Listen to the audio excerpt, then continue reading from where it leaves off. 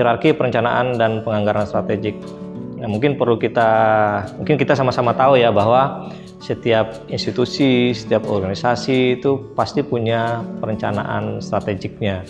Misalnya kalau kepala daerah, setiap kali bupati atau gubernur atau wali kota diangkat, maka dia harus menyusun rencana strategik daerahnya yang terdiri dari visi, misi, tujuan, sasaran, program, kegiatan sampai ke anggarannya. Termasuk juga kalau untuk madrasah ya pada saat kepala madrasah diangkat, maka dia harus punya rencana kerja jangka menengah atau rencana strategik jangka menengahnya. Apa yang akan dia lakukan, apa yang akan dia capai selama periode dia menjabat sebagai kepala madrasah. Nah, ini yang dimaksud dengan hierarki perencanaan dan penganggaran strategik. Jadi di dalam perencanaan penganggaran strategik itu ada strukturnya mulai dari visi, misi, tujuan, sasaran, program, kegiatan sampai ke anggaran. Nah, inilah kaitan tadi perencanaan kinerja tadi dengan perencanaan strategik ini. Sering sekali terjadi, mungkin di beberapa organisasi kita hanya berorientasi pada rencana tahunan saja, rencana anggaran tahunan, yang itu tidak mengakar atau tidak berhubungan dengan rencana jangka menengahnya.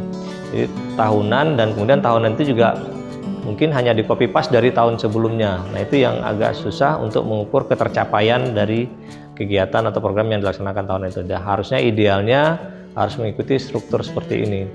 Jadi visi kemudian dijabarkan menjadi misi, kemudian misi itu dijabarkan menjadi beberapa tujuan, kemudian tujuan itu dijabarkan menjadi sasaran, kemudian berapa program yang dibutuhkan untuk mencapai sasaran itu, kemudian berapa kegiatan yang dibutuhkan untuk mencapai target dari programnya. Nah, kemudian baru dihitung anggarannya. Nah, anggaran setelah semua lengkap, mulai dari visi, misi, tujuan, sasaran, program kegiatan, dan anggaran, termasuk target kinerja yang akan dicapai di masing-masing tahapan itu.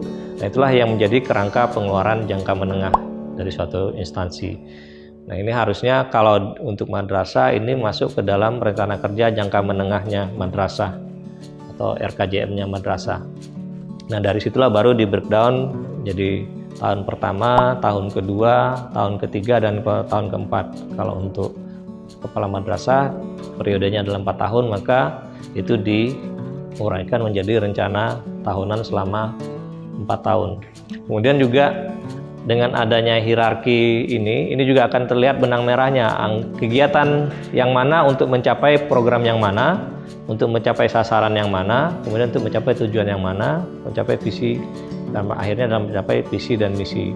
Nah, kemudian dari kode kita bisa lihat misalnya kegiatan 1 itu untuk mencapai program 1, untuk mencapai sasaran 1, untuk mencapai tujuan 1. Kemudian tujuan 1 itu dicapai dengan 2 sasaran, yaitu 1A, 1B.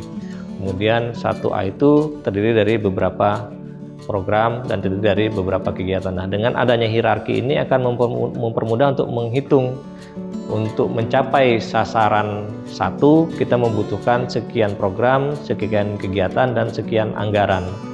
Kemudian berikutnya selanjutnya, sehingga nanti setelah kita dapat secara keseluruhan, kita akan tahu untuk mencapai visi dan misi kepala madrasah, kita butuh berapa biaya yang dibutuhkan sampai dengan 4 tahun periode jabatan kepala madrasah yang bersangkutan. Nah, jadi hierarki benang merah ini penting. Jadi tidak hanya menyusun perencanaan penganggaran tahunan saja, tapi harus mulai dari kerangka perencanaan penganggaran jangka menengahnya.